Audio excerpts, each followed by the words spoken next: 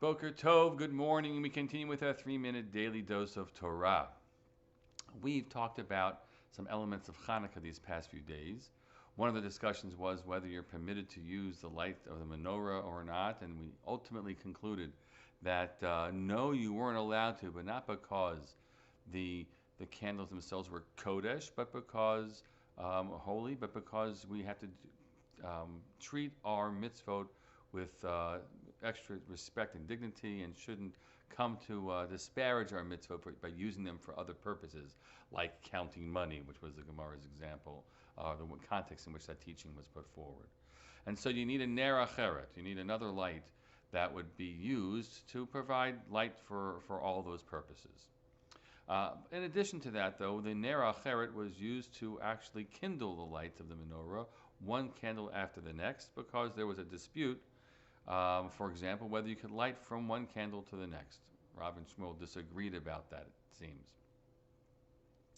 And that ultimately becomes the candle we're familiar with in a Chanukah, that the role of the ninth arm of the Chanukah, the Shamash, the helper candle or the user candle that we have.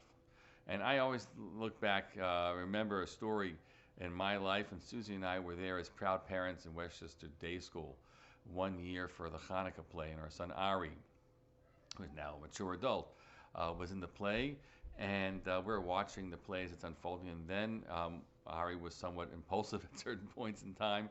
We see him heading over to all the kids, going right up to them and headbutting them, and we were like so panicked. We were so panicked by that. When we said, "Oh my God, this is a nightmare! Somebody stop him! It's a mess. We gotta get him off the stage." Until someone leaned over to us and said, "Don't worry, he's the Shamash." And then we said, "Oh, okay, he's there lighting all the other candles." And the truth is, when we think about all the Neirot of Chanukah, the one that's most important is the Shamash. Admittedly, it's not a mitzvah. It's not a ner mitzvah. It's not one of the candles with which you are fulfilling the mitzvah. But it is the one that is ensuring that other candles are lit. And that way, when we think about that role, that's the role that we're supposed to be playing. If you had to ask, the Jew, what is the role of the Jew in this world? Which ner Chanukah is it? The answer should be that we are all meant to be shamashim, out there helping kindle the light for others.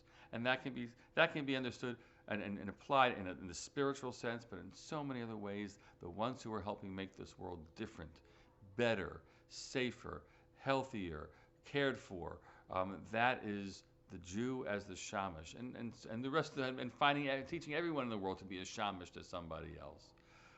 That's my choice of the Neirot. Go out and be a Shamash today in an important way for the people around you.